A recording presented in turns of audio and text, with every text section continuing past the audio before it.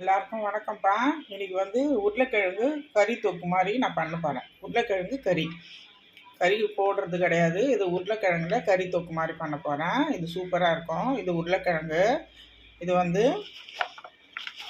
எவ்வளோ ஒரு 300 கிராம் உருளைக்கிழங்கு. இது உருளைக்கிழங்கு கட் பண்ணி வச்சுருக்கேன்.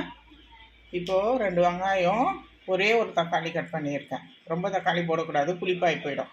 அதனால் 2 தக்காளி, ஒரு வெங்காயம், இஞ்சி பூண்டு பேஸ்ட்டு. இது பிரியாணி மசாலா. இதுதான் அதுக்கு உருளைக்கிழங்குக்கு ஹைலைட்டு. பிரியாணி மசாலா போட போகிறேன், மிளகாத்தூள் போட போகிறேன், உப்பு போட போகிறேன். அப்புறம் லாஸ்ட்டாக கொத்தமல்லி, கருவேப்பிலை. அவ்வளோதான். இப்போ எண்ணெய் ஊற்றிட்டு, நம்ம வெங்காயம் தக்காளிலாம் ஒரு கடாய் வச்சுருக்கிறேன். எண்ணெய் ஊற்றிட்டு கொஞ்சோண்டு சோம்பு, வேறு எதுவுமே கிடையாது. கடுகு கிடையாது, சீரகம் கிடையாது, எதுவும் கிடையாது. ஒரு சோம்பு மட்டும் போட்டுட்டு வெங்காயம் போட்டு தக்காளி அது கூடயே போட்டு நம்ம நல்லா வதக்கிட்டு, அதுக்கப்புறம் இஞ்சி பூண்டு பேஸ்ட்டு போட்டுருவோம். போட்டுட்டு எல்லாத்தையும் நல்லா வதக்கி எடுத்துட்டு, அதுக்கப்புறம் உருளைக்கிழங்கு போட்டுட்டு, பிரியாணி மசாலா போட்டுட்டு, மிளகாத்தூள் போட்டுட்டு, உப்பு போடுவோம்.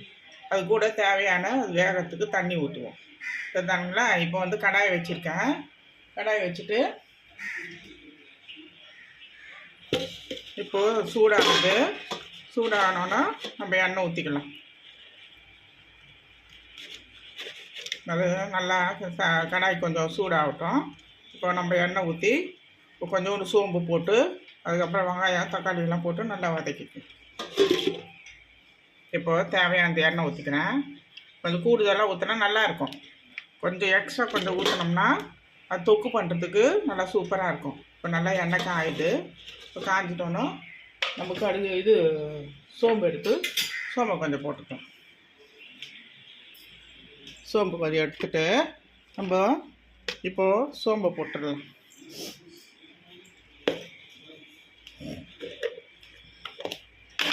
வேறு ஒன்றும் இல்லை, ஈஸியாக செய்யலாம். இது சூப்பராக இருக்கும். லெமன் சாதத்துக்கு, சாம்பார் சாதத்துக்கு, ரசத்துக்கு அந்த மாதிரி வச்சு நம்ம சூப்பராக அந்த மாதிரி செஞ்சு சாப்பிட்லாம். இப்போது சோம்பு நீங்கள் இது வீட்டில் செஞ்சு பாருங்கள், நல்லாயிருக்கும்.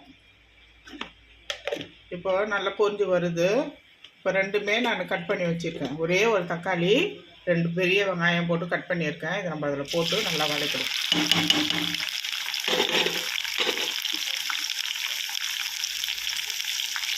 இப்போ இது நல்லா வதங்கட்டும்.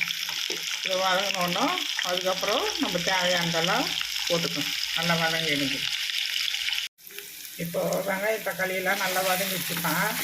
இப்போ வதங்கிட்டோன்னா இப்போது தேவையானது நம்ம இஞ்சி பூண்டு பேஸ்ட்டு, நம்ம ஒரு ஸ்பூன் இஞ்சி பூண்டு பேஸ்ட்டு அது போட்டிருந்தேன். போட்டுட்டு கூடவே நம்ம மிளகாத்தூள் அது ஒரு 1.5 ஸ்பூன் போட்டுடலாம். 1.5 ஸ்பூன் போட்டுட்டு இதை நல்லா வதக்கிட்டு, இதில் கூட கொத்தமல்லி கருவேப்பிலை போட்டேன், உப்பு போட்டுட்டேன்.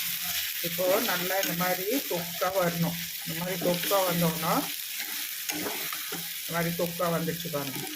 இந்த மாதிரி நல்லா தொக்கா சூப்பராக இந்த மாதிரி கிரேவியாக வந்துட்டோன்னா இப்போது நம்ம உருளைக்கிழங்கை கட் பண்ணி வச்சுருக்கோம்ல, உருளைக்கிழங்கு கட் பண்ணி வச்சுருக்கோம்ல, அந்த உருளைக்கிழங்கை இதில்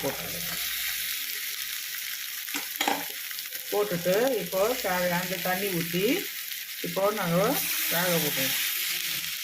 இப்போது நல்லா வேகணும். இப்போ நல்லா வெந்து நல்லா அப்படியே தொக்காக வரும். அவ்வளோதான். இதுதான் உருளைக்கிழங்கு கறி மசாலா. இது கூட நான் இப்போ என்ன போட போகிறேன்னா பிரியாணி மசாலா. இதுதான் சீக்ரெட்டு. நீங்கள் கரம் மசாலா போடுவீங்க, நீங்கள் அந்த மாதிரி போடாதீங்க. வீட்டில் பிரியாணி மசாலா இருந்ததுன்னா பிரியாணி மசாலா அது 1 ஸ்பூன் போட்டு விடுங்க. நல்லா கம்மன்னு நல்லா அந்த கறி மாதிரி இருக்கும், கறி தொக்கு மாதிரி இருக்கும். அது போடுங்க. இப்போ நல்லா அது கொதித்து நல்லா அது உருளைக்கிழங்குலாம் நல்லா வேகட்டும். வெந்தோடனே நான் உங்களுக்கு இப்போ நான் காமிக்கிறேன். அதை இப்போ நல்லா வேகட்டும். அது ஒரு 10 நிமிஷத்துக்கு உருளைக்கிழங்கு நல்லா வெந்து நல்லா தொக்கா மேஷ் ஆகி வரணும். இது சப்பாத்திக்கோ, சாப்பாட்டுக்கோ, சாம்பார் சாதத்துக்கோ, ரசத்துக்கோ, தயிர் சாதத்துக்கோ, இட்லி, தோசை எல்லாத்துக்கும் வச்சு நம்ம சூப்பராக அதை சாப்பிட்லாம். செம்மையாக இருக்கும். இப்போது நல்லா சுண்டி வந்துடுச்சுப்பா. இப்போ நம்ம உருளைக்கிழங்கு நல்லா கிரேவியாக ஆயிடுச்சு.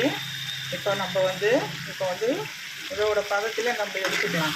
இப்போ இதோட தொப்போடு வச்சு சாப்பிட்டா தான் நல்லா சூப்பராக இருக்கும். ரொம்ப ட்ரையாகவும் ஆனால் ஒரு சாப்பாட்டுக்கு நல்லா இருக்காது. லெமன் சாதத்துக்கு, தக்காளி சாதத்துக்கு, தயிர் சாதத்துக்கு, சாம்பாருக்கு, தோசைக்கு இதுக்கெல்லாம் வந்து சூப்பராக இருக்கும் இந்த மசாலா இது.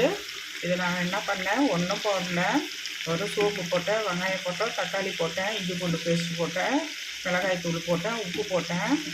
அதுக்கப்புறம் வந்துட்டு வெறும் என்ன போட்டேன், பிரியாணி மசாலா மட்டும் தான் போட்டுட்டேன். வேறு எந்த மசாலாவும் நான் போடல. உங்கள்கிட்ட இருந்தால் பிரியாணி மசாலா இருந்தால் பிரியாணி மசாலா போடுங்க. பிரியாணி மசாலா இல்லைன்னா வெறும் கரம் மசாலா கூட நீங்கள் போட்டு இந்த மாதிரி செஞ்சுக்கலாம். சூப்பராக இருக்கும். இந்த மாதிரியான ரெசிபி நீங்கள் செஞ்சு பார்த்துட்டு வீட்டில் எப்படி இருக்குன்னு சொல்லுங்கள். இதுதான் உருளைக்கிழங்கு கறி. இதுதான் உருளைக்கிழங்கு கறி. இதெல்லாம் வந்து வீட்டில் செஞ்சோம்னா நம்ம என்னடா இவ்வளோ ஒரு டிஃப்ரெண்ட்டாக இருக்க அப்படின்ட்டு சொல்லுவாங்க. நான் நல்லா டேஸ்ட் நல்லா இருக்கேன் அப்படின்ட்டு. உப்பு செம்ம டேஸ்ட்டாக இருக்கும். நீங்கள் வீட்டில் செஞ்சு பார்த்துட்டு இது எப்படின்னு சொல்லுங்கள். இப்போ நம்ம ஆஃப் பண்ணிடலாம். இதுதாங்க உருளைக்கிழங்கு கறி மசாலா. வேறு ஒன்றும் கிடையாது. வீட்டில் செஞ்சு பார்த்துட்டு எனக்கு சப்ஸ்கிரைப் பண்ணுங்கள். தேங்க்யூ.